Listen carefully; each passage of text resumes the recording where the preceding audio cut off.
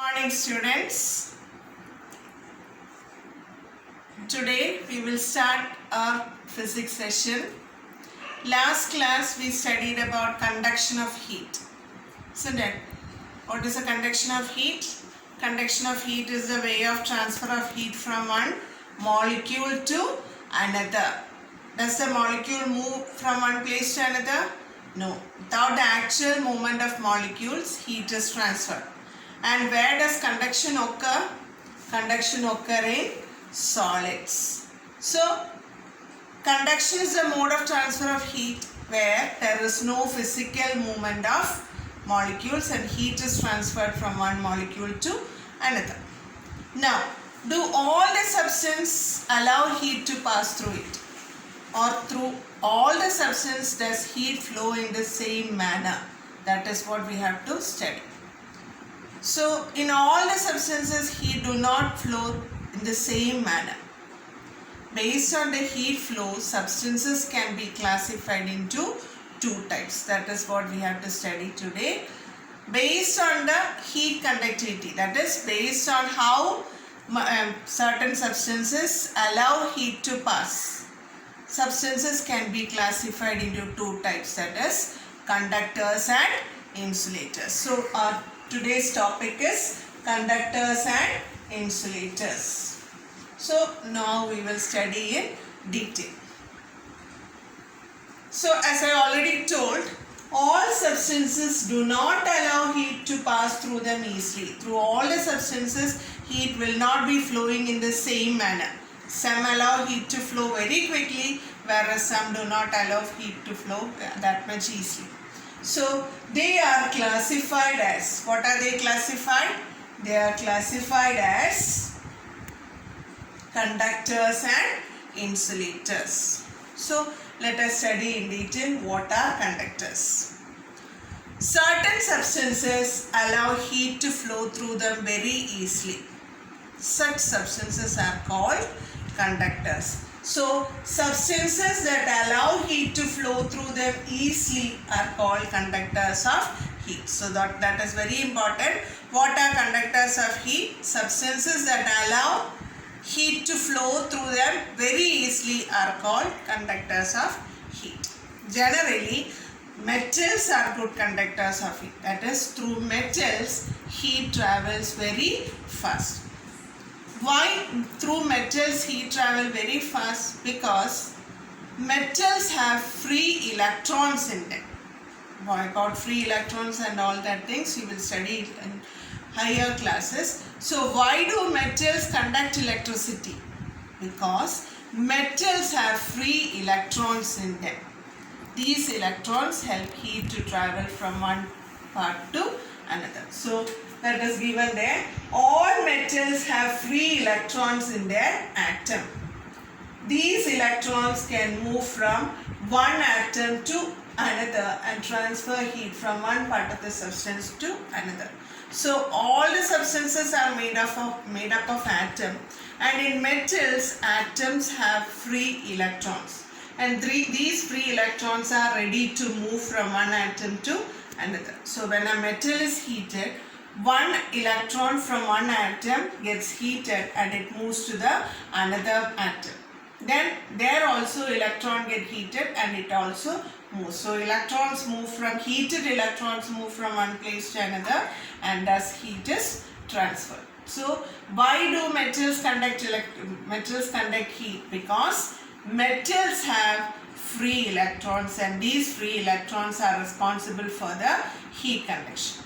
Then, which one is a good conductor of heat? Silver is the best conductor of heat. Silver conducts heat very fast. That is, when you are heating silver, it passes heat very fast. And then the next best conductor is copper, and then comes aluminium. So, examples of conductors of heat, when you are asked, you can write silver, copper, aluminium, and all the metals conduct heat. And whereas non-metals do not allow heat to pass through it, but there is one exception, that is graphite. Graphite is a non-metal. Graphite, that is the black color thing that you see in your pencil. Graphite, a non-metal, is also a good conductor of heat. So that is very important. Graphite, what is its importance? Graphite is a non-metal. It also allows heat to pass through it very quickly. So examples of heat, if you are asked, you can write all metals conduct heat. The best conductor is silver, then comes copper, and then comes aluminium. Then graphite, which is a non-metal, conducts heat very quickly. Graphite is also a conductor of heat. Then, now if there are substances which conduct heat easily or which allow heat easily, then there will be substances which do not allow heat to pass through it, isn't it? So those substances which do not allow heat to pass through them are known as insulators. So what are insulators? Insulators are substances which do not allow heat to pass through them. So substances that do not allow heat to flow through them easily are called insulators or poor conductors of heat. So what are insulators? Insulators are substances which do not allow heat to pass through them easily. Then what are the examples of insulators? All these examples you have to study. Examples of insulators are plastic, glass, wood, rubber, paper, cloth, and air are examples of insulators of heat.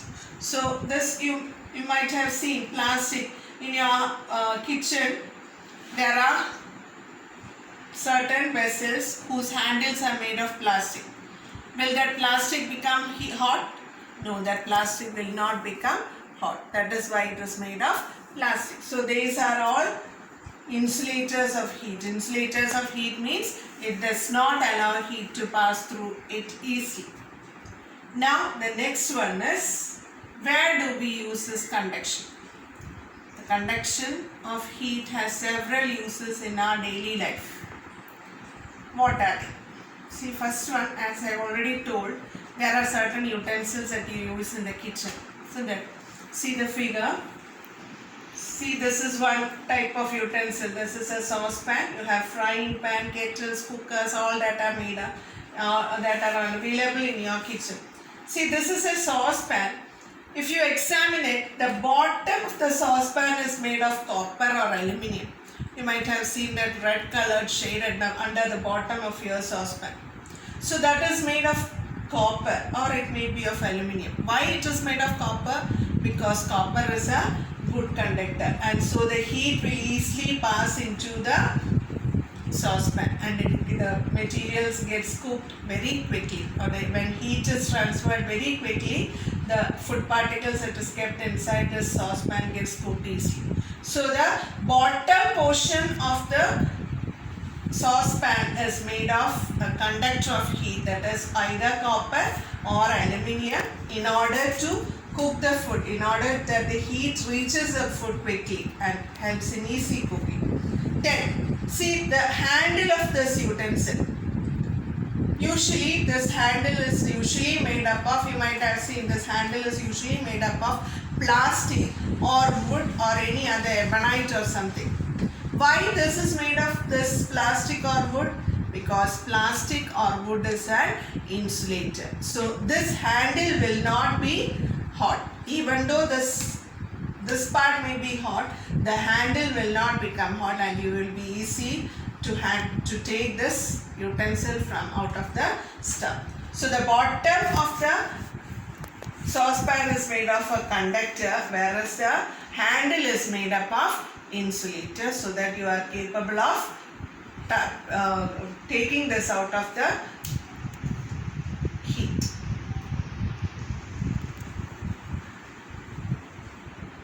Then the handles of cooking utensils are usually made of wood or plastic. These materials are insulators of heat and allow the user to hold a hot utensil, that we have already discussed.